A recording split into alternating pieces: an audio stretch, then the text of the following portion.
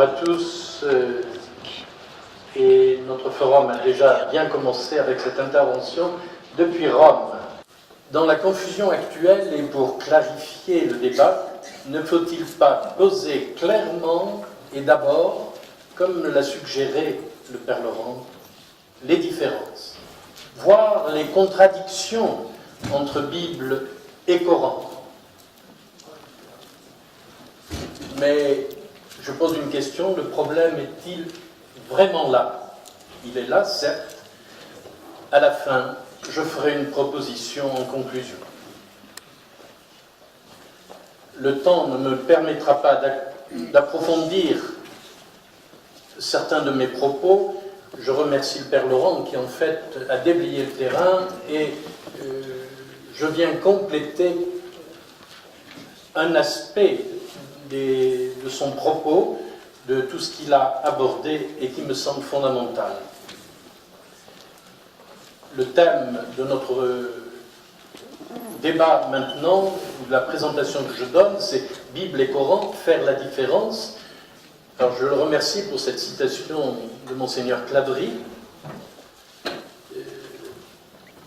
qui nous demandait de parler de nos différences, chose souvent difficile dans les échanges, le dialogue.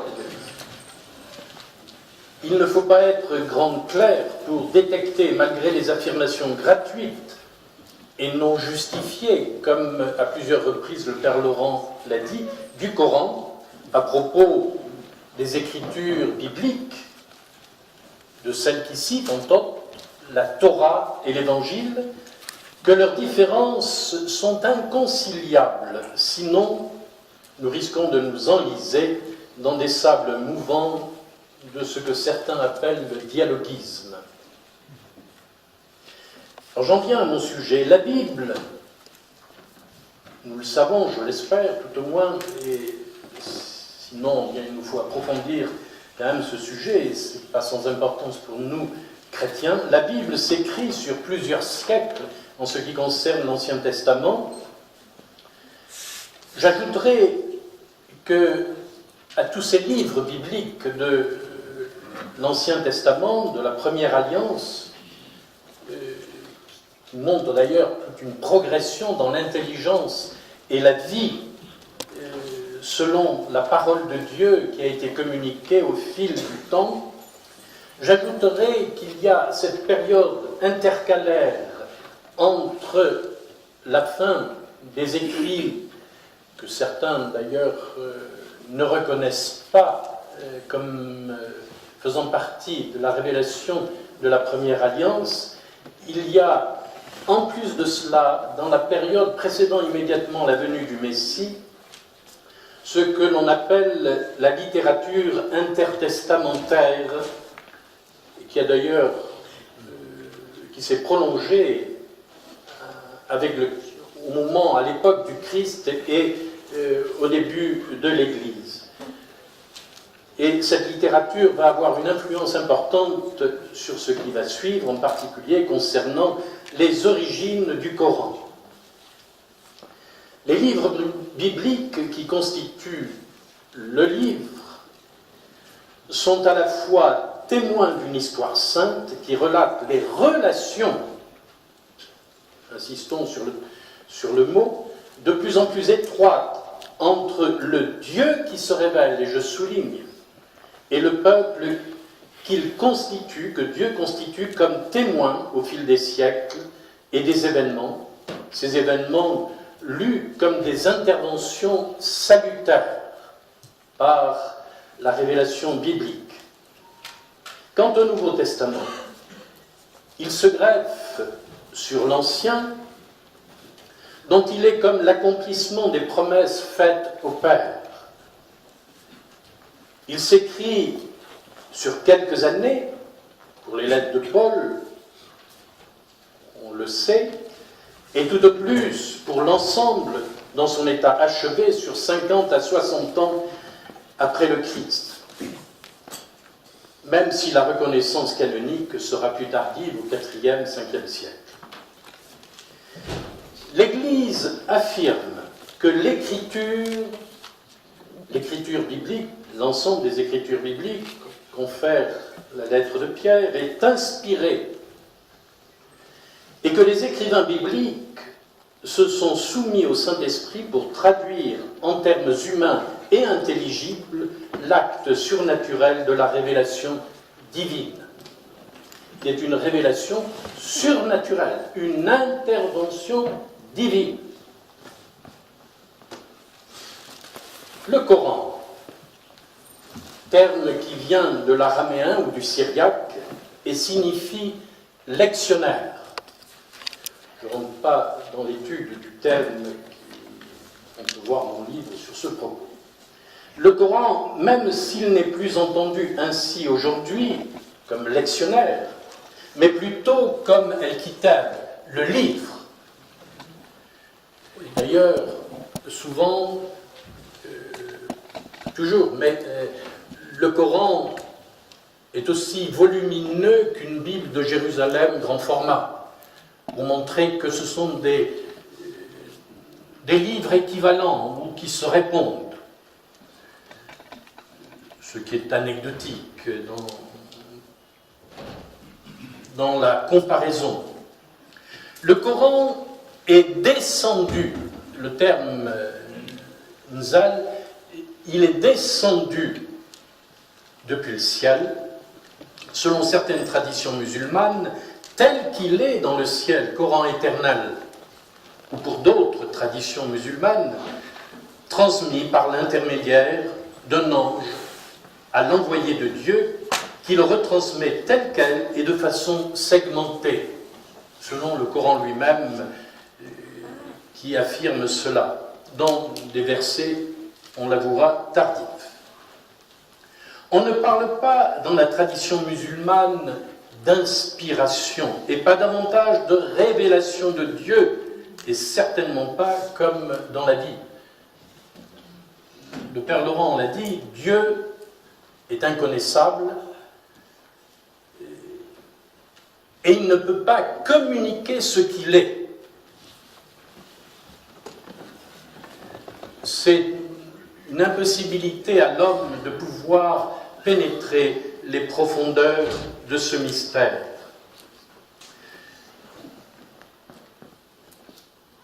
On ne parle pas dans la tradition musulmane donc d'inspiration et pas davantage de révélation.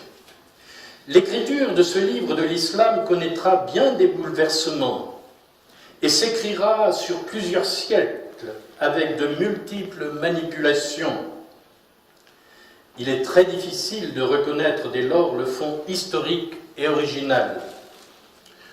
Tous les chercheurs à l'heure actuelle, dans l'approche même du Coran, l'affirment.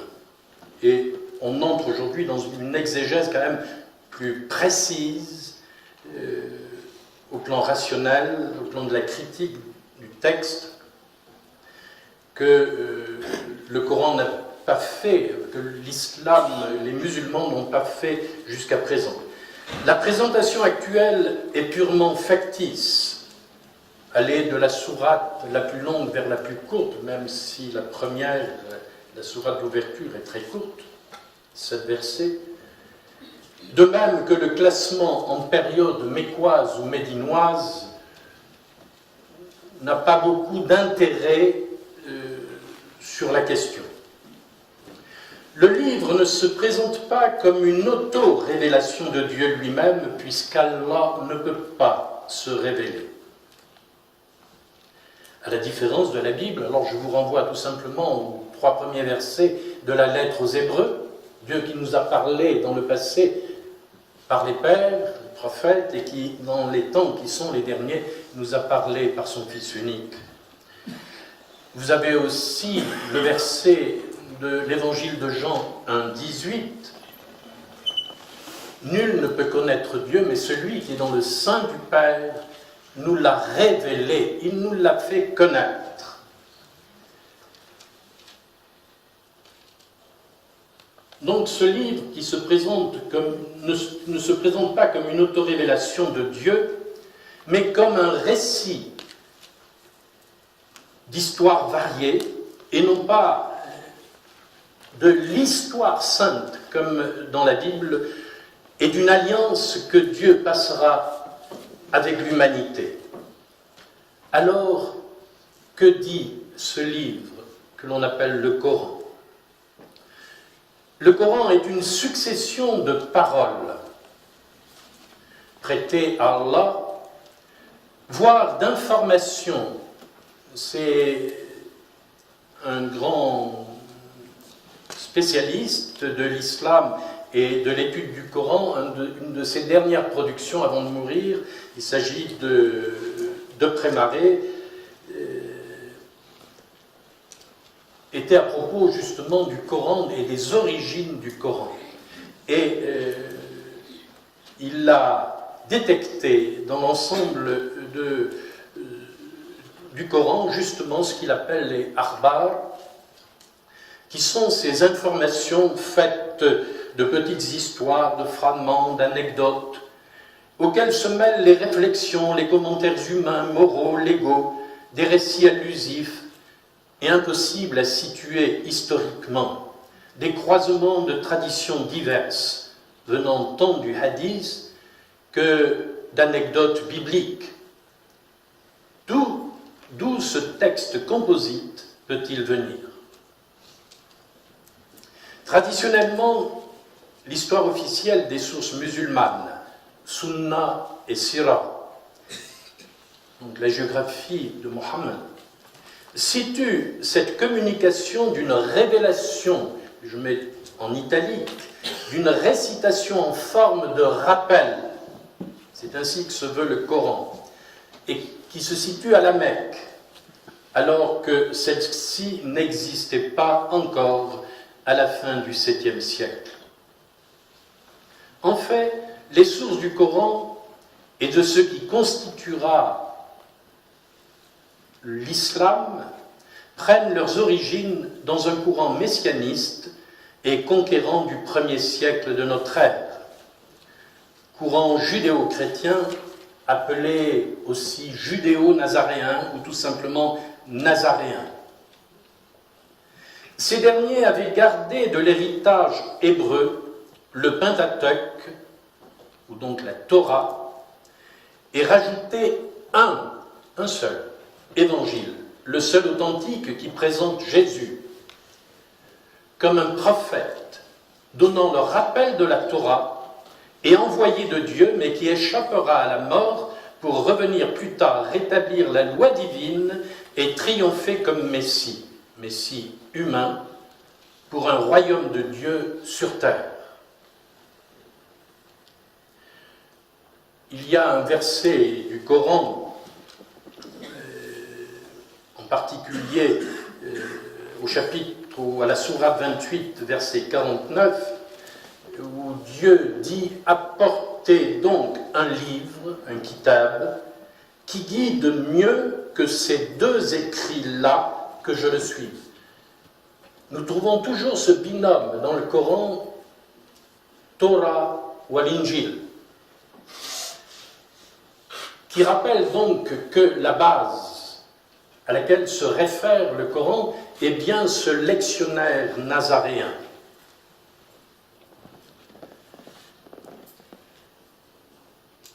Les premiers membres arabes qui rejoignent le courant nazaréen au début du 7e siècle, vers 620 à peu près, reçoivent le lectionnaire livre, dont ce verset 49 de la sourate 28 nous dit, et ils traduisent à ce moment-là, un des nazaréens d'origine arabe a traduit de l'araméen en langue arabe, ce qui permettra de répandre donc le message. L'espérance messianiste nazaréenne ne s'étant pas accomplie après la conquête de Jérusalem en 638, la partie arabe se sépare des Nazaréens et crée, au fil des événements qui suivront, et sous les premiers califats en particulier, Omeyyades et Abbassides, ses propres traditions, dont le Coran, jusqu'à sa version complète. La plus ancienne connue remonterait aux environs du Xe siècle. Le Coran lui-même conserve peu de choses de la tradition nazaréenne, bien qu'il en soit l'héritier direct. Il finira par conforter l'idéologie politico-religieuse islamique, si bien que les personnages et les éléments anecdotiques bibliques et nazariens ne feront que justifier la nouvelle idéologie et légende. Le père Galèze utilise ce pléonasme de légendologie en islamisant les personnages et l'histoire biblique. Ceci a été dit aussi par le père Laurent. Alors j'en viens à une conclusion qui est un peu longue, mais pour rester aussi dans les temps.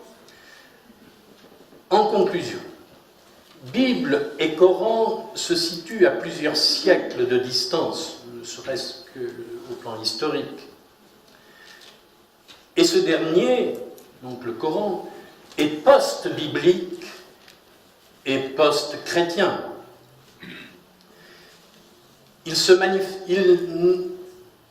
Ces deux livres ne manifestent aucune continuité entre eux, même s'il peut y avoir des évocations et d'apparentes ressemblances. Il est vrai que parfois on entend justement comme si le Coran était un complément qui venait s'ajouter donc au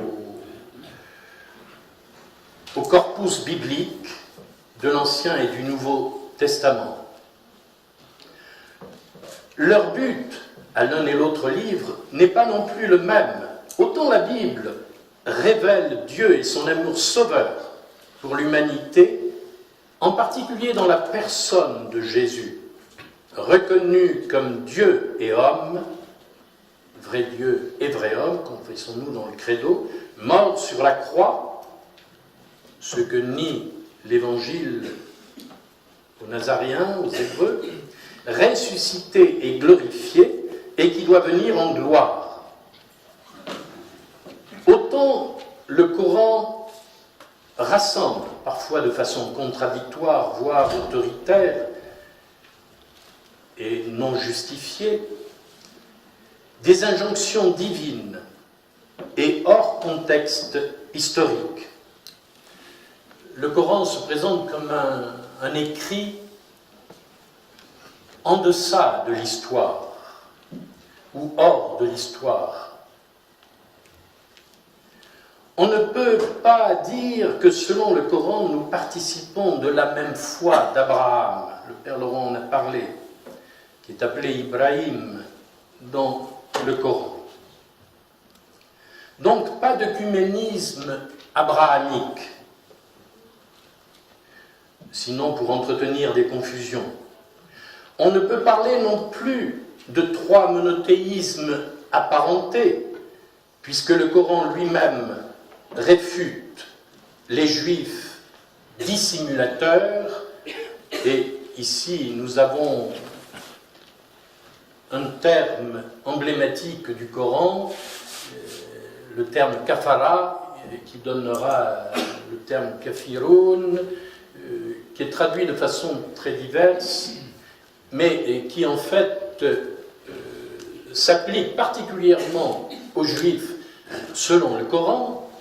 Aujourd'hui, chrétiens et Juifs ont falsifié, c'est ce terme qui est parfois traduit comme falsification ou pour désigner Juifs et chrétiens comme falsificateurs. C'est des kafiroun. Ils méconnaissent la véritable écriture. Et les chrétiens sont nommés dans le Coran comme associateurs, mushtarikoun, donc le shirk qu'évoquait le père Laurent, pour avoir dénaturé l'unique message divin qui se reproduit invariablement par appels successifs d'envoyés en prophète jusqu'au sceau de la prophétie avec Mahomet qui rétablit tout par le Coran. Donc nous avons là ça fait référence à une sourate 61, verset 6. Le nom de Mohammed d'ailleurs n'est cité que 4 fois dans le Coran, alors que le nom de Isa est cité 25 fois, et une fois sous le nom d'Ahmed, et c'est dans ce verset. On voit bien qu'il y a eu des intrusions et des manipulations au niveau même de la formation de ces versets, et de ce verset 6 en particulier, de la sourate 61. Je rappelle, pour bien situer, c'est qu'aujourd'hui, un musulman, quand il parle des Nazaréens, il pense parler des chrétiens. Les chrétiens ne se sont jamais et n'ont jamais été appelés Nazaréens. Il faut le savoir, ça désigne une secte qui aujourd'hui a disparu, mais qui a subsisté jusque dans les prémices des origines de l'islam.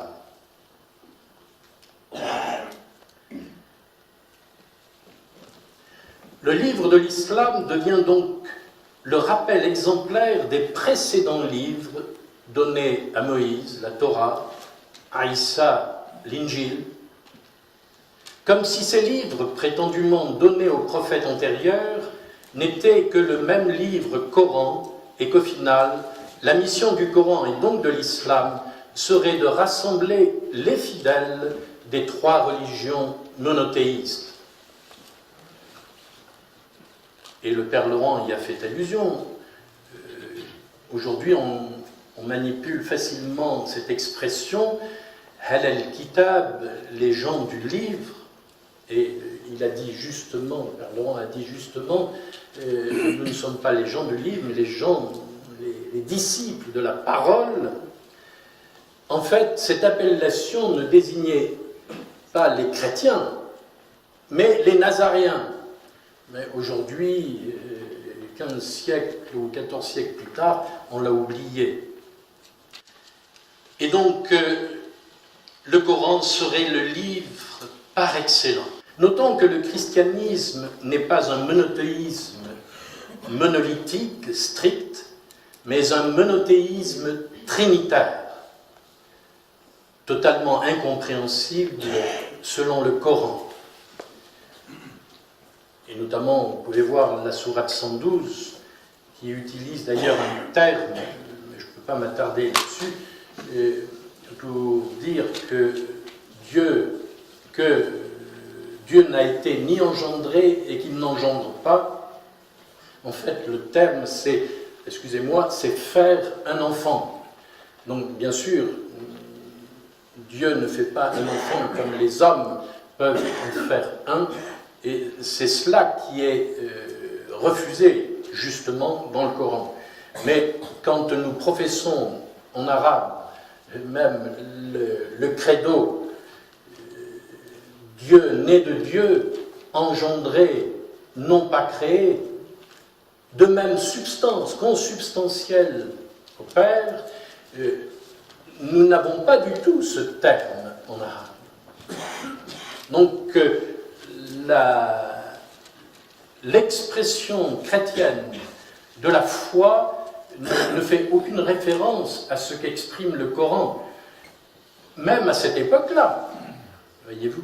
Donc on voit bien qu'il y a eu une transgression dans la reconnaissance du Fils de Dieu fait homme.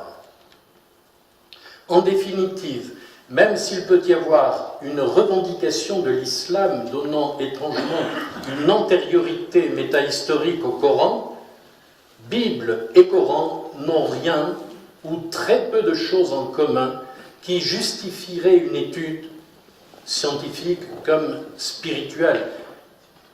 Que l'on étudie les textes, certes, et que l'on étudie leurs différences, qu'on les justifie au niveau des traditions bibliques et de la tradition coranique.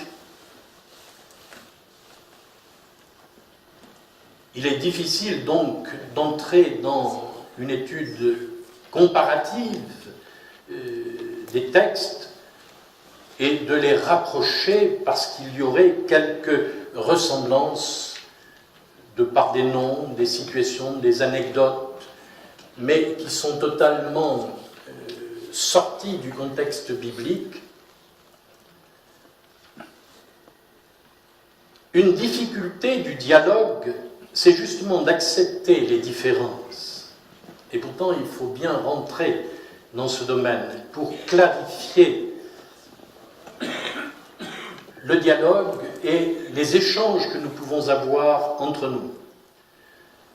Et de reconnaître que nous ne parlons pas nécessairement de la même chose, que nous ne mettons pas le même sens sous des mots qui apparaissent équivalents, voire, pour nous chrétiens, que le Coran, postérieur à la révélation biblique, se trouve être, par rapport à l'Évangile et la révélation du Verbe fait chair, une anti-révélation biblique. En terminant cette conclusion, j'ajoute une question qui devrait faire l'objet d'une étude attentive, tant elle plombe le dialogue et discrimine dans la vie. Le Coran n'est pas le problème, si on situe bien les choses dans leur contexte, pour le Coran comme pour la Bible, et que l'on puisse reconnaître leurs différences. Mais bien ce qu'aujourd'hui les musulmans tirent du Coran pour imposer leur vécu, leur loi, la charia, qui vient du Coran et du hadith, leur particularisme communautaire incompatible avec celui d'une société laïque aux racines culturelles chrétiennes, même si elles sont reniées. Quelle compatibilité et quelle différence entre la loi civile de nos pays et celle de la charia? Plus que le dialogue velouté islamo-chrétien à propos de la Bible et du Coran, la confrontation de la loi de la République à la charia est un défi explosif aujourd'hui. Mais osera-t-on l'affronter et en parler?